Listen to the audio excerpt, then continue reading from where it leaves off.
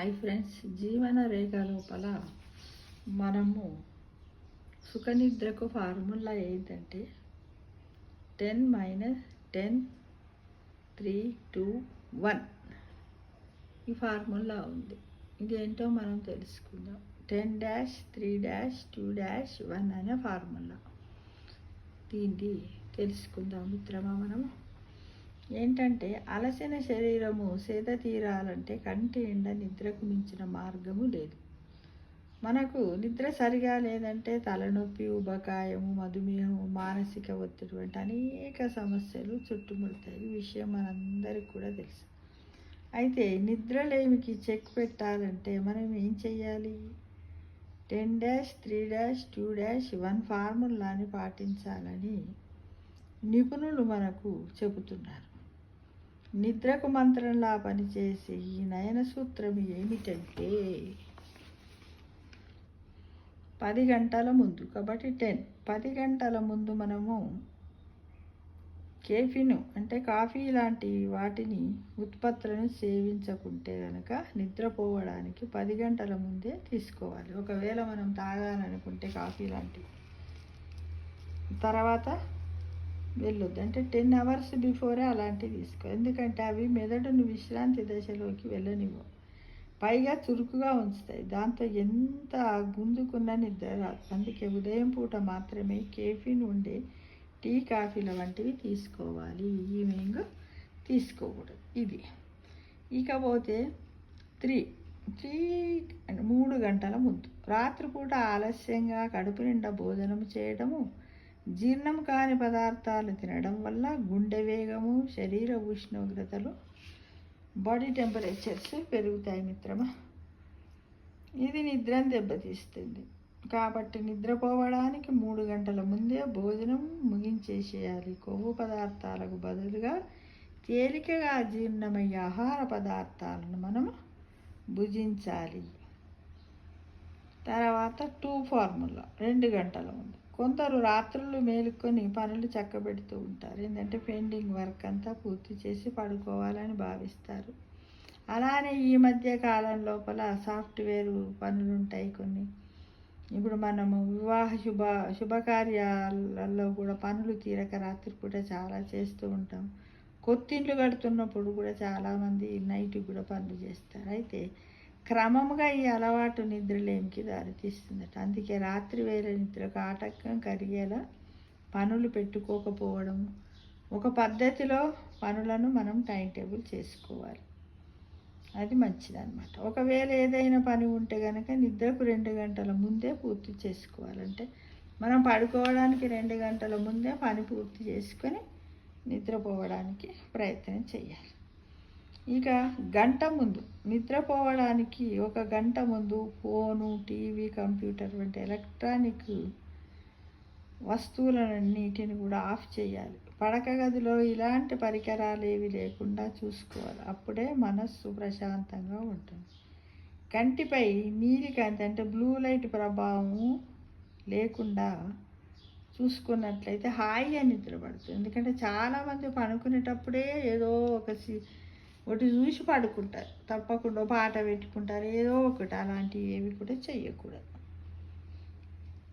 నిద్రలేమితో ఆరోగ్య సమస్యలన్నీ ఏదో 2-3 రోజులు నిద్ర పట్టడం లేదంటే లైట్ తీసుకోవచ్చు, కానీ రోజు నిద్ర పట్టడము ఒక సమస్యగా మారితే మాత్రము లైఫ్ స్టైల్ మార్చుకోవాల్సింది.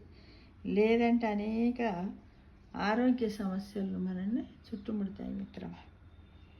అందులో ఏంది షుగర్, బీపీలు, ఒబేసిటీ ఇవన్నీ ఇంకా వస్తూ ఉంటాయి. కాబట్టి మనం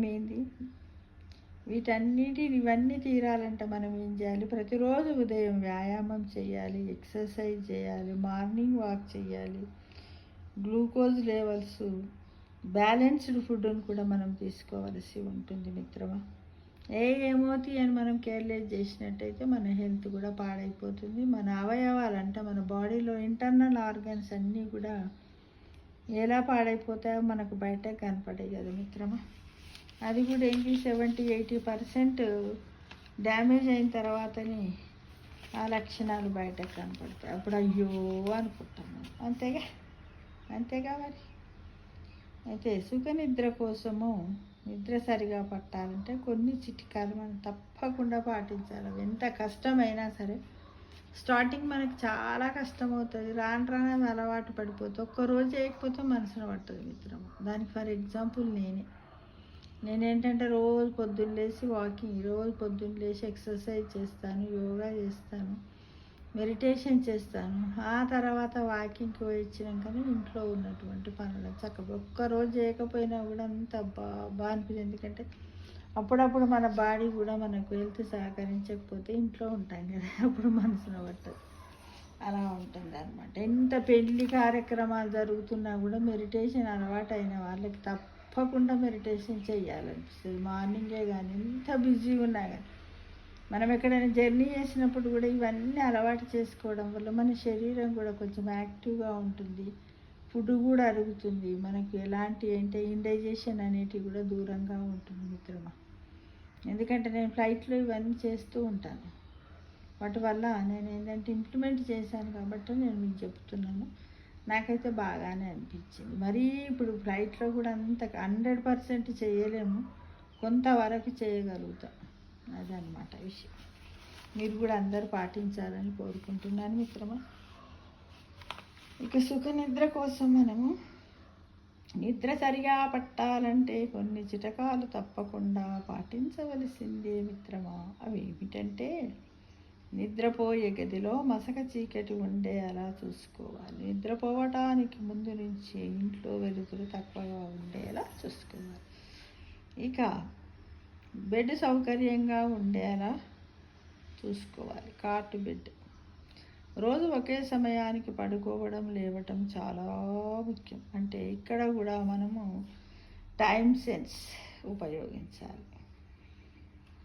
ఒకవేళ మనమే చూడండి, అప్పుడప్పుడు మనం ఏం చేస్తాం, రాత్రి లేట్గా ఉన్నాం అనుకోండి, అస్సలు పొద్దునే లేవడానికి రాదు. ఇది అందరికీ తెలిసిన విషయం.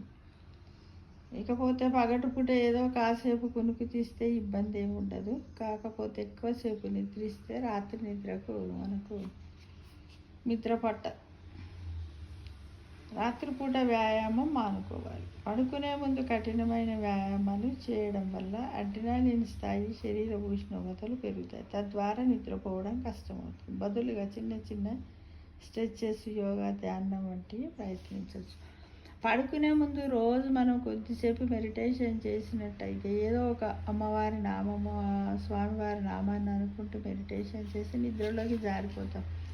లేకపోతే మామూలుగా ఏంటంటే మన శవాసనం వేసినా పర్వాలేదు మిత్రమా, చక్కటి నిద్ర వస్తుంది.